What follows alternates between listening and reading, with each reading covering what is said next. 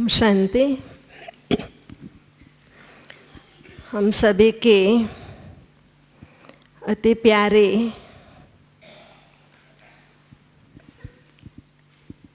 ज्ञान सागर के लहरों के अंदर लहराना सिखाने वाले, जितना सागर में डुबकी लगाने का और लहरों के साथ खेलने का आनंद आता है, उसी परम आनंद का अनुभव कराने वाली आदरणीय दादी जी हम सभी के सन्मुख उपस्थित है। हम सभी बहुत प्यार से, दिल से, करतल ध्वनि से अपनी दादी जी का बहुत करतल ध्वनि से स्वागत करते हैं। वैसे तो दादी जी को सभी भाई बहनें पहचानते हैं, परंतु विशेष दादी की जो पहचान है वो हम सभी ने दादी जी के मुखारविंद से यज्ञ का इतिहास और सृष्टि का महामानव और अपने बहुत बहुत प्यारे पिताश्री जी ब्रह्मा बाबा जो है, उसकी जीवन कहानी खुदाई जादू के माफे का सुनने का लहवा या अनमोल सुख वो दादी जी के द्वारा अनेक आत्माओं को मिला हुआ है। क्योंकि दादी जी हमारी 1936 से यज्ञ की स्थापना के समय से ही बाबा के अंग संग रहे हुए हैं और दादी जी सिर्फ 12 साल के थे, तब से लेकर के बाबा को उसने देखा हुआ है और बहुत से अनुभव बाबा के साथ उसने किए हुए हैं। तो ये सबसे बड़ी विशेषता और अमूल्यता का दादी जी को मिली हुई है।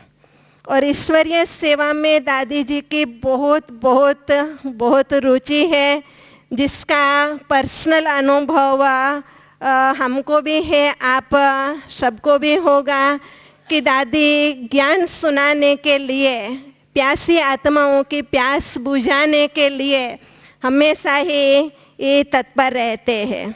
और साकार बाबा ने दादी जी को विशेष प्रथम सेवा केंद्र, अपना जो दिल्ली का कमला नगर सेवा केंद्र है, उसकी स्थापना करने के निमित्त बनाया।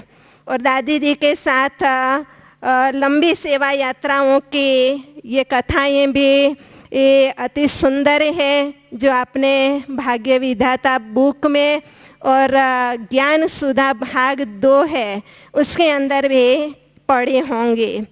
तो किस प्रकार से दादी जी ने मुंबई, दिल्ली, अंबाला, करनाल, लखनऊ, कानपुर, कलकत्ता, पटना, पानीपत, हरियाणा, मद्रास तथा बेंगलोर में अपनी सेवाएं दी है। इतना ही नहीं बल्कि विदेशों के अंदर भी, अफ्रीका, यूरोप, अमेरिका, एशिया के अनेक देशों में भी अपनी सेवाएं दी है। और जब से बाबा अव्यक्त हुए 69 में, तब से लेकर के मधुबन में ही दादी सेवारत है। और वर्तमान समय जहां हम बैठे हुए हैं ज्ञान सरोवर के अंदर, वहां का वो सफल संचालन कर रहे हैं। और योग शिविर के कार्यक्रम के दादी जी निदेशक भी हैं। और साथ साथ अपना जो ये राजयोग एजुकेशन एंड रिसर्च फाउंडेशन है, उसकी जो महिला विंग है, उसके आप चेयरपर्सन भी हो। तो अति अमूल्य रतन दादी जी हमारे सन्मुख ही है। उन्हीं के मुख से अभी हम आज का सेशन सुनेंगे। आदरणीय दादी जी। ओम शांति। मैं ये चाहूँगी, टाइम ऐसा है, हाँ, रजो प्रदान का टाइम है, ऐसे टाइम पर निंद्रा देवी आती है चक्कर लगाने, मैं देख रही हूँ। तो जब वो निंद्रा देवी चक्कर लगाती है ना सिर के ऊपर, तो धीरे धीरे धीरे ऐसे होता है। तो अभी हम सब एक तो को रिफ्रेश करेंगे, तो हम ओम की धुनी लगाते हैं, आप हमारे साथ साथ लगाना। ये तो सहज है ना, जिस टोन में मैं कहूँगी ना उसी टोन में पहले मेरा सुनेंगे, उसके बाद आप कहेंगे। 3 बार करेंगे।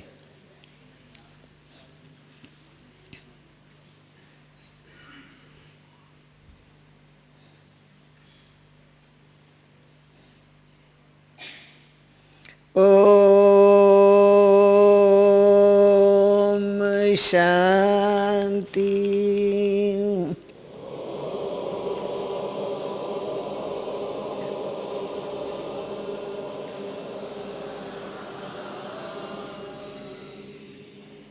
ओम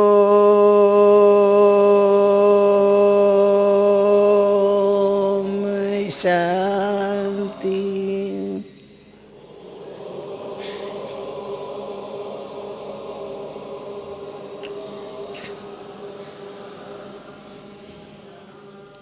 ओम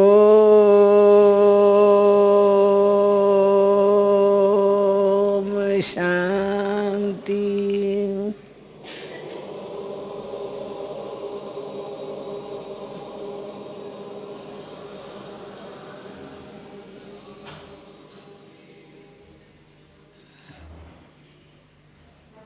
ये आवाज आत्मा का अंदर से निकलता है, क्योंकि आत्मा को अब पहचान मिली है कि मैं आत्मा हूँ, न कि शरीर। मैं आत्मा शुद्ध स्वरूप और शांति स्वरूप हूँ। अंदर देखो, अंतर मन से देखो कि मैं आत्मा तो है ही विदेही, चेतन ज्योति, उसमें क्या समाया हुआ है? वो बिल्कुल साइलेंस है। आवाज में आने चाहते हैं तो मुख का आधार लेके बोलते हैं। अगर हम नहीं आने चाहते हैं तो अपने आप में अपने आप को देखते हैं कि मैं आत्मा शांत स्वरूप हूँ। ये अभ्यास बार बार करने से आत्मा अपने शांत स्वरूप स्थिति को प्राप्त कर सकती है। आत्मा के जो अनेक प्रकार के अशांति के भी संस्कार होंगे, भड़क जाने के संस्कार होंगे, बिगड़ने के संस्कार होंगे, वो सब संस्कार हमारे धीरे धीरे शांत हो जाएंगे, क्योंकि ये हम अपने ओरिजिनल संस्कारों को पक्का करते हैं। आत्मा का ओरिजिनल संस्कार कौन सा है? तो जब मेरा आत्मा का है ही शांत, तो जब उस स्मृति में जाते तो चित्त शांत हो जाता है। बोलना चाहते हैं, जैसा बोलना चाहते ऐसा बोल लेते हैं। हम नहीं बोलना चाहते थे, एकदम अपने आप में शांत, उसे शांति की शक्ति मिलती है अंदर। आत्मा शक्तिशाली बनती है, जिससे वो अपने कर्म इंद्रियों को वश में कर सकती है। आंखें उसको कभी धोखा नहीं देंगी, क्योंकि आत्मा का पाठ गहराई में पक्का है। मैं आत्मा हूँ, सिर्फ मैं आंखों के द्वारा देखने वाली हूँ, कानों के द्वारा सुनने वाली हूँ, मुख के द्वारा बोलने वाली हूँ, पर हूँ मैं चेतन ज्योति आत्मा। जितना जितना ये पाठ पक्का होगा न, शांति की शक्ति जमा होती जाएंगी, जिससे हम अपने संस्कारों का परिवर्तन करेंगे, जिससे हम संसार में रहते न्यारे और प्यारे भी बन सकेंगे। तो संसार में आना माना न्यारा बनना और फिर सर्व का प्यारा बनना, क्योंकि हम ऐसे कर्म करते हैं जिसमें सबको सुख मिले। तो उनके सुख देने वाले लेने वाले संस्कार हम ग्रहण करेंगे। जो अशांति वाले होंगे वो हमारी चीज़ ही नहीं है तो हम स्वीकार ही नहीं करेंगे, फेंक देंगे बाहर।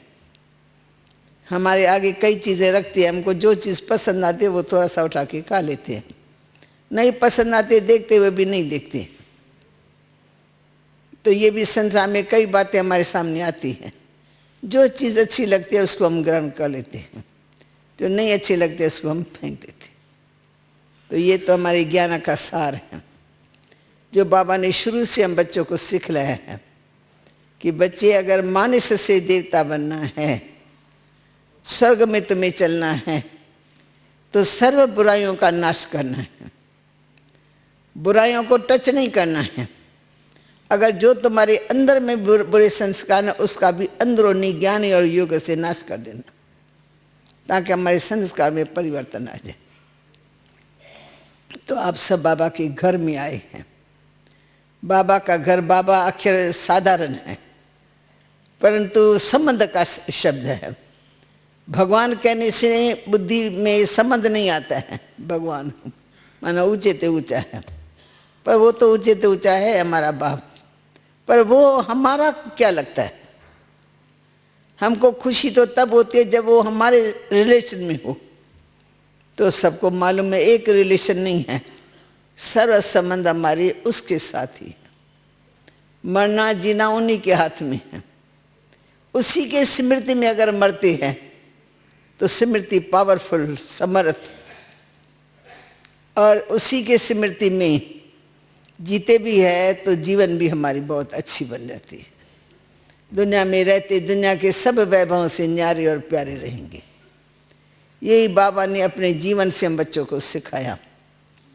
बाबा भी देहधारी था ना, गृहस्थ में रहने वाला, बाल बच्चेदार, पूरे परिवार में रहने वाला, परंतु सेकंड में बाबा ने स्मृति दी। उसको स्मृति आ गई मैं कौन हूं, अपने निज स्वरूप की स्मृति आ गई। उनको पहला साक्षात्कार विष्णु का हुआ और विष्णु से आवाज मिला, अहम विष्णु तत्त्वम। तो बस तत्त्वम ही हो गया।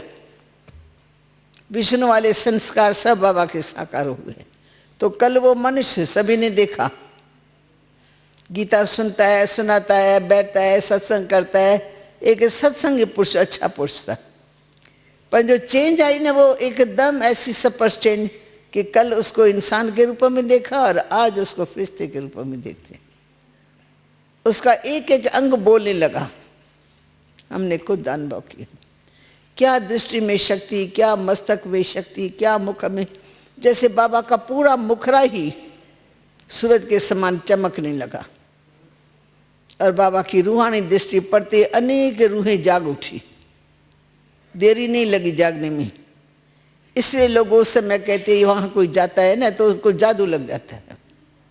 जो जाता है उनको जादू लग जाता है। वो मूर्ख के फिर से संसार के सुखों को भोग नहीं सकते हैं।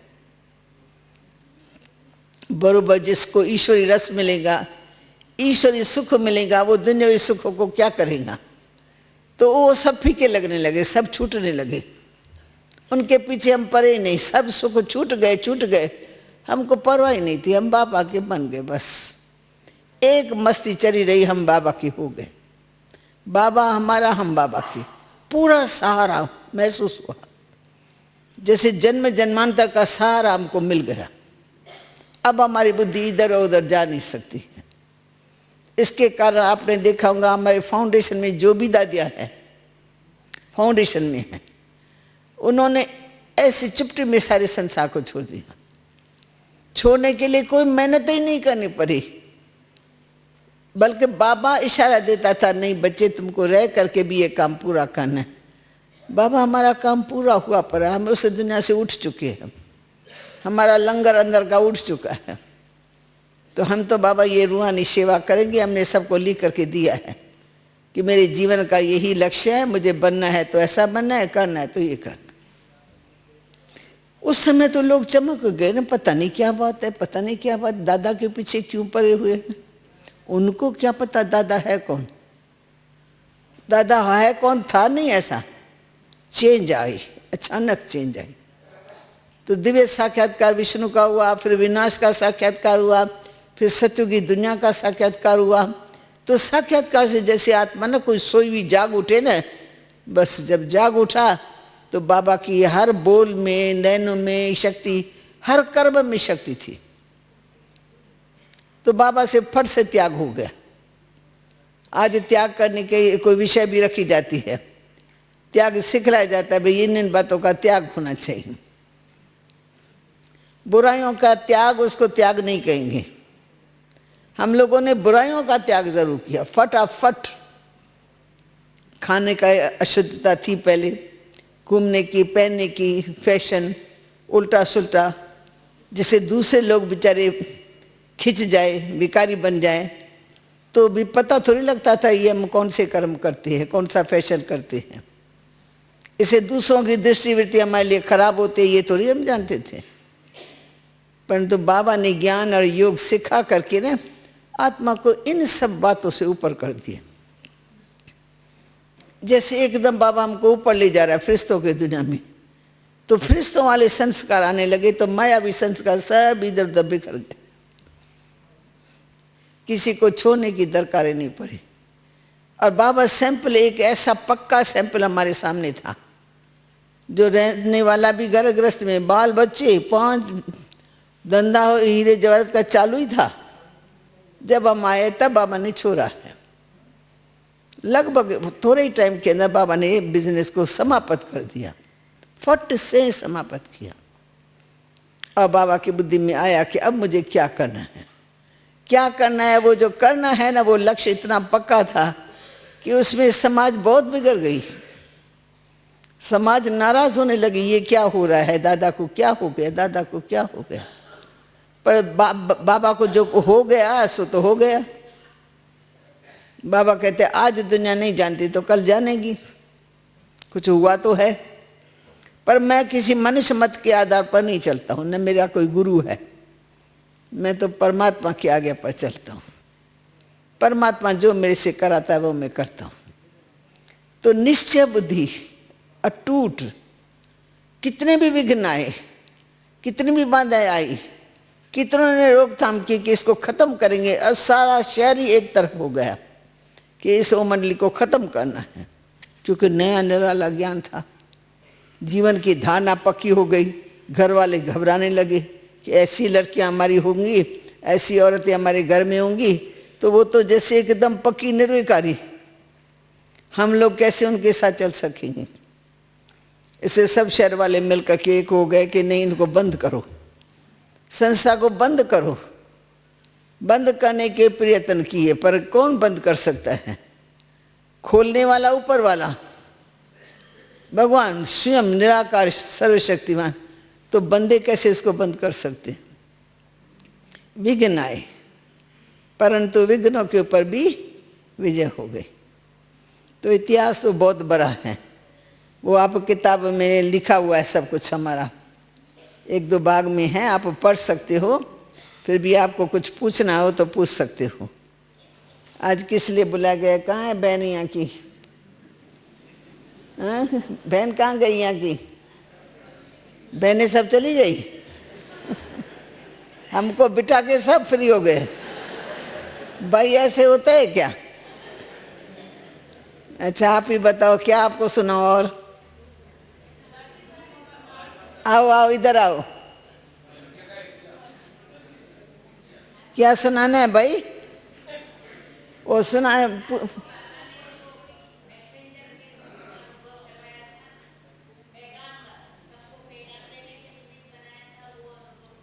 वो अनुभव सुनो, देखो क्या क्या फरमाइश आती है, जल्दी आओ। त्याग और वैराग्य के ऊपर विषय पता है कैसी है? त्याग और वैराग, परंतु ये वास्तव में हमारी है ही नहीं। माफ करना, विषय आपने रखी है करके उसको चालू करेंगे परंतु त्याग हमारा है ही नहीं। हम तो नहीं समझते हमने कुछ त्याग किया है। क्या त्याग किया है? पाया ही पाया है। त्याग तो कुछ किया ही नहीं है, लिस्ट में नाम ही नहीं है त्याग मैंने ये किया। खाना पीना शुद्ध किया, वो तो अच्छा किया ना। बुराई जो थी वो निकल गई, तो बुराई का त्याग त्याग नहीं माना जाएगा ना।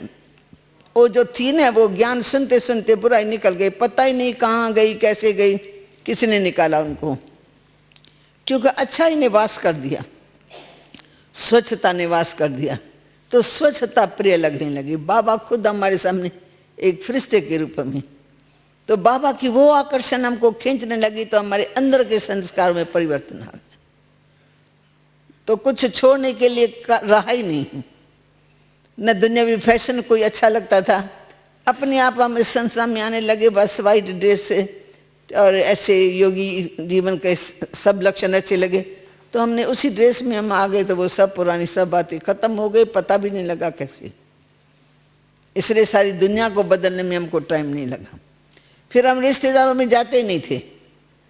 10-12 साल तक हमारा लौकिक संबंध से कनेक्शन बिल्कुल कट था, जैसे न्यारापन। वो लोग मिलने आते थे तो आकर के हमसे एक दिन आधा दिन रह करके मिल करके फिर चले जाते थे, पर हम उनके पास जाकर के रहें खाएं और उसी प्रकार से शादियों में मुरादियों में जाना आना। हमारे पीछे ही सभी मेरे लौकिक भाइयों ने शादियाँ कर दी। कभी 3-4 साल 5 साल के बाद एक बार घर में गए तो देखो आज नई बहू आई बैठी है। दूसरे समय के बाद गए तो फिर देखा फिर एक नई और बहू। कहाँ से आई बहू, भाई कौन सा कितना छोटा इतना बड़ा हो गया, तो जिसे मैं देखती रह जाती थी। इतना बड़ा हो गया, इतना शादी लायक, शादी भी करके बैठा है। फिर दूसरे दिन थोड़े समय के बाद जा फिर पोतरे दोतरे पैदा हुए। पर ये तो सारा झाड़ बढ़ता गया। पर हम रहते नहीं थे, थोड़ा ही समय गए, 2-4 घंटा गए या 1 दिन या 2 दिन बस।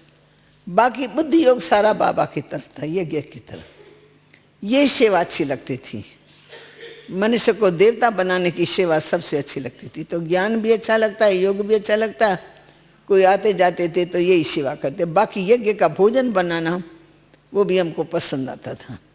हम सब मिलकर के 7 दिन के लिए हम भोजन का प्रोग्राम बना लेते थे। हर एक भोजन बनाने वाले का समझो 7-8 का ग्रुप होगा।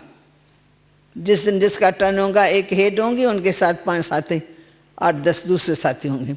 सब भोजन बनाएंगे, रोटियां पकाएंगे, सारा चूल्हा चौका सब साफ करके निकल जाएंगे। दिन उनका पूरा हुआ। दूसरे दिन दूसरी बहन, दूसरा ग्रुप, तीसरा ग्रुप, चौथा ग्रुप।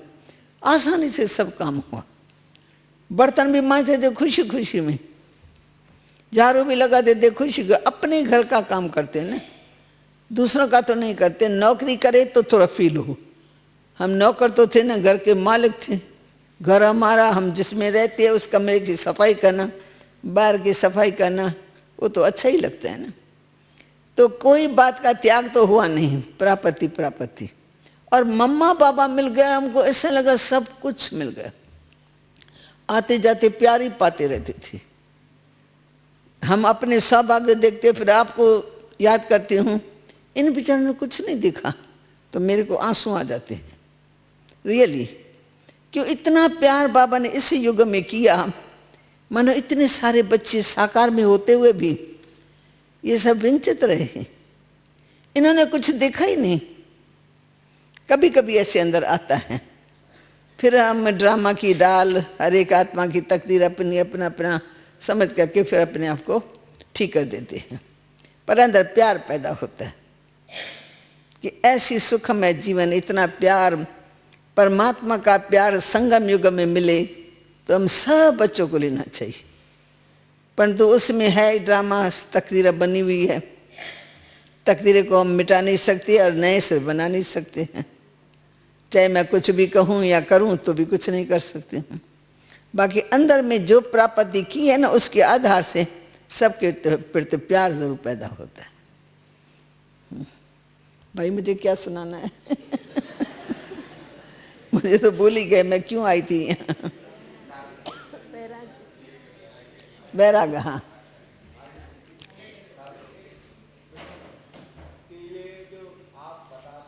इधर आओ, इधर आओ।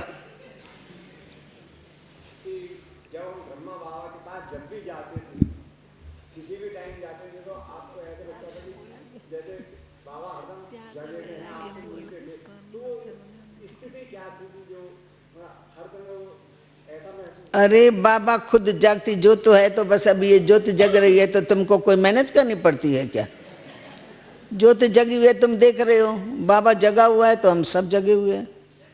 खुशी शांति बाबा के चेहरे से मिल जाती थी, परम प्यार मिल जाता था। ऐसे आओ बच्चे, आओ बेटा, बच्चे आओ, ऐसे करके बाबा गले लगा करके ऐसी दृष्टि देते, ऐसा प्यार देते, बस यही संसार है हमारा, यही सब कुछ है। नहीं, जैसे आप और ऐसे टाइम पे जाती थी जैसे उनके आराम का टाइम था, तो आराम के टाइम में भी आराम के टाइम पर भी तो मेरा बाप है ना, बाप के पास गए ना। नहीं, वो तो बात आप, लेकिन बाबा हरदम जैसे 24 घंटे जागते रहते थे, इस टाइप से 24 घंटा थोड़ी होता है, जरूर कुछ टाइम हम छोड़ भी देंगे ना भाई, बाबा के आराम का टाइम है।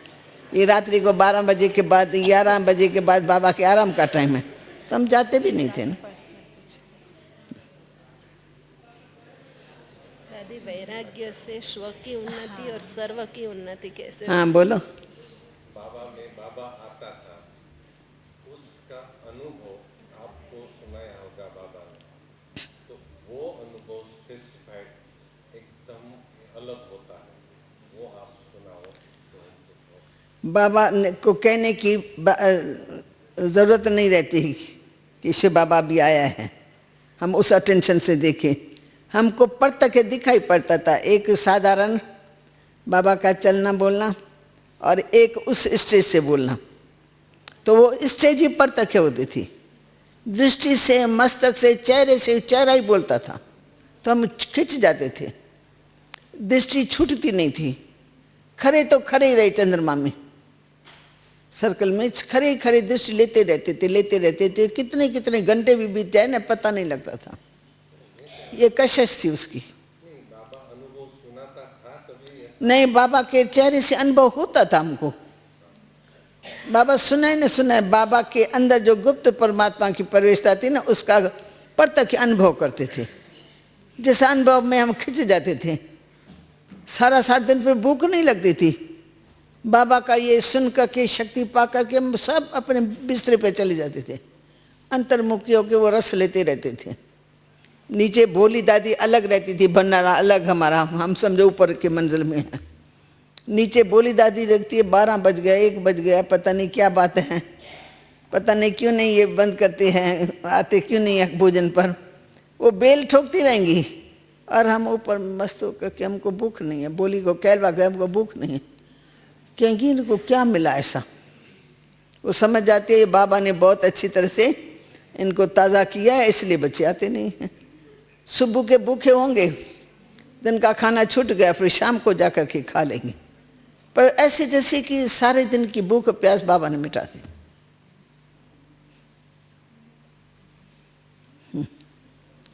हाँ भाई, क्या बोला? और स्व उन्नति के बारे में दादी। देखो, हम सभी यहाँ आते हैं ना, तो हमारा एक लक्ष्य रहता है। अकेले अकेले आप अपने अपने स्थान पर रहते हो, परंतु यहाँ जब आते हो तो हमारी दृष्टि सबके उन्नति में होनी चाहिए। हमारी दिनचर्या में हमारी उन्नति अच्छी होती है, पर दिनचर्या पर अटेंशन हो, इतना अटेंशन हो कि दिनचर्या जो भी हो, जैसी भी हो, उससे हम लाभ लेते रहें। जैसा समय, जैसी एक्टिविटियाँ चलती है, उसी में अपना भाग लेते हुए यहाँ का रस भर ले, क्योंकि ऐसा मौका आपको वहाँ नहीं मिलेगा। घर में तो पता नहीं किस किस प्रकार के लोग रहते हैं, ज्ञानी अज्ञानी, कोई कैसा कोई मानने वाला, कोई न मानने वाला, नास्तिक आस्तिकों के बीच में। तो वहाँ हमारी क्या उन्नति होंगी? ज़रूर उनके कर्म धर्म देखेंगे तो हमारे भी अटेंशन जाएगा, खिंचाव होगा कि ये क्या हो रहा है। परंतु जब हम उनसे न्यारे होकर के देखते हैं, तो यहाँ तो है ही वो संघ, हंसों का संघ, हंस मंडली, मोती चुगने वाले, सारा दिन ज्ञान रतन, उसके सिवा कोई बात नहीं। यज्ञ तो शिव बाबा का रचा हुआ यज्ञ है, ऊंचे यज्ञ के स्थान पर है, ऊंची कमाई कर रहे हैं। तो इसमें हम अपनी उन्नति बहुत अच्छी तरह से कर सकते हैं। पर चिंतन से मुक्त जो यहाँ रहे ना, वो पर चिंतन से मुक्त हो जाए। ये क्यों नहीं, क्लास में क्यों नहीं आया, क्या कारण था? देखो ये लेट आया, ये देखो फलाना ऐसा है। यानी दूसरों में ध्यान देने से क्या होता है, पर चिंतन भर जाता है। फिर जब पर चिंतन अंदर घुसेगा तो स्व चिंतन नहीं चल सकेगा, स्व की उन्नति कर नहीं सकेंगे। इसलिए हम पर चिंतन करते नहीं, कोई आवे या ना आवे, वो जाने, उनके ऊपर वाली बहन जाने जो निमित्त है, जहाँ से वो आया हुआ है। नहीं तो वो खुद मालिक है ना, अभी तो बड़ा हो गया ना, बड़ी एज में आ गए, चाहे पढ़ाई पढ़े चाहे न पढ़े, पढ़ेगा तो उसको फायदा, न पढ़ेगा उसको नुकसान। हम क्यों उसका चिंतन करें। मैं तो रोज सामने बैठती हूँ, मेरे को दिखाई पड़ता है, बहुतों को मैं जानती हूँ, बहुत ऐसे भी होती हैं जो दिखाई नहीं पड़ते हैं। फिर मैं कहती मैं इनका चिंतन क्यों करूँ, उनको अपना चिंतन नहीं है, मैं उनका चिंतन करूँ। ये पर चिंतन हुआ ना। स्व चिंतन करूँगी मेरी उन्नति है, पर चिंतन करूँगी मेरी कौन सी उन्नति है। तो हम संकल्प से अपने को फ्री कर देते हैं। और जितना हो सकता है तो स्व चिंतन के अंदर स्व उन्नति की जो भी बातें हैं उसको हम नोट करके अपने में धारण करते रहते। बुरा न देखें, बुरा न सुने, बुरा न बोले, न बुरा सोचे। किसी के लिए बुरा सोचना भी पाप हो जाता है, क्योंकि सोच मेरा है, वो उसके लिए मैं चिंतन करती हूँ। वो परम में आ गए, पर चिंतन। तो चिंतन मैंने किया तो मेरा नुकसान होगा ना, उसका नुकसान उसको क्या पता मैं इसके बारे में क्या सोच रही हूँ। जो करता है सो पाता है। इसलिए बाबा ने ये कहा सदा स्व उन्नति में लगे रहो, स्व चिंतन करो, पर चिंतन करना बंद, रास्ता ही बंद कर दो। हम गंदी रास्ते गलियों में नहीं जाते कभी भी। हर एक जाता है भाई अच्छी खुली हवा, जहाँ बहुत अच्छी सड़क हो वहाँ जाओ। गंदा रास्ता होगा, हम कहेंगे नहीं उस रास्ते से हम नहीं जाएंगे। तो कर्मों की गंदी गलियाँ बहुत हैं। तो न हम किसी के कर्मों को देखते हैं, न हम सोचते हैं, न उस प्रकार से थोड़ा भी उसको कोई फॉलो करते। उससे अपने को बचा के चलते तो मौज में रहते। सिर्फ बाबा की शिक्षाओं को धारण करो, उसका चिंतन करो, लिखो पढ़ो, बोली पढ़ो, लिखो, कोई आवे सुनाओ, बाकी बातें बीत जाए उसका चिंतन बंद, जीरो लगा दो। बीत गए ना, बीता हुआ दिन हाथ में आता ही नहीं है। कल भाई कौन सा दिन था, देखो दिन भी याद नहीं, कल बीत गया ना, अब याद भी नहीं है। तो बीते हुए दिन का चिंतन करेंगे, कल ऐसा हुआ था, ऐसा हुआ था, फलानी आई थी, फलानी ऐसे कहा, फलानी ऐसे कहा। फायदा उसका कुछ फायदा नहीं होता। इसलिए वो हम ऐसी बात नहीं करते। और क्या बोलना है। वैराग्य वृत्ति पर दादी। वैराग्य वृत्ति, मैंने कहा देखो पुरानी दुनिया से तो हमें वैराग आ गए, किसी ने दिलाया नहीं। और देख रहे हैं पुरानी दुनिया ही पुरानी, पुराना मकान होगा ना तो मन सबका उपराम होता है। भाई पुराना हुआ पर कभी कुछ टूटता है, कभी कुछ, पता नहीं कभी ये टूट के खत्म हो जाएगा। तो पुरानी दुनिया से हम दिल लगाते नहीं हैं। बुद्धि में है ये जाने वाली है, खत्म होने वाली, मरे पड़े है। एकदम कब्रिस्तान दिखाई पड़ता, तो कब्रिस्तान से क्या दिल लगाए। तो जितना मन उपराम रहता है उतना मन खुशी में रहता है, हल्का रहता है। आने वाली दुनिया की खुशी जो बाबा ने बताई है ना, उसको हम स्मृति में बार बार ले आते हैं। अब क्या आने वाला है, अब क्या होने वाला है, अब दुनिया का भविष्य क्या है। तो भविष्य जब बुद्धि में आता है ना, तो फिर बुद्धि में खुशी की लहर आ जाती है कि बाबा हमको ऐसी दुनिया में ले जाता है जहाँ से पुरानी दुनिया का खात्मा हो जाता है। अंदर से ही खात्मा, खत्म हुए, बस कोई भी है ही नहीं। सगे वाले तो सबके पास होते ही है, सबके रिश्तेदार, चिट्ठियाँ चपाटियाँ भी आएंगी, हम उनके विस्तार में नहीं जाते। चिट्ठी आई, ज़रूरी कोई बात उन्होंने पूछी किसी कारण से, तो करके 2 शब्दों में जवाब देंगे। नहीं तो उनका पत्र आएगा प्यार का, तो हम प्यार को अंदर समा लेते, बस खत्म। और मैं लिखूंगी प्यार का पत्र, फिर वो लिखेंगे, फिर मैं लिखूंगी। जास्ती जमेले में जाते नहीं। अच्छा, और कुछ पूछना है आपको?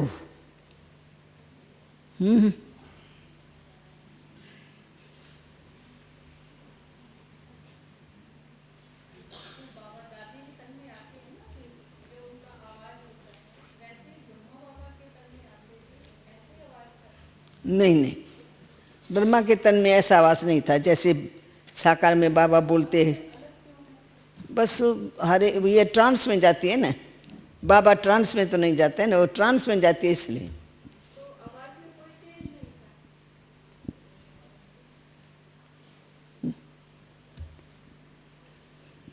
तो सभी ने, दादी ने जो बाबा के अंग संग के अनुभव सुनाए उसको सुना, एंजॉय किया और कई प्रश्न भी पूछकर समाधान प्राप्त किया। दादी जी को बहुत बहुत धन्यवाद। हर समय दादी जी साकार बाबा की यादें दिला देती। जब भी दादी आती है तो कैसे साकार बाबा ने भी त्याग और वैराग्य के आधार से इस सृष्टि परिवर्तन के कार्य में प्रथम आदि मानव के रूप में अपना कार्य संपन्न किया, वो हमने सुना।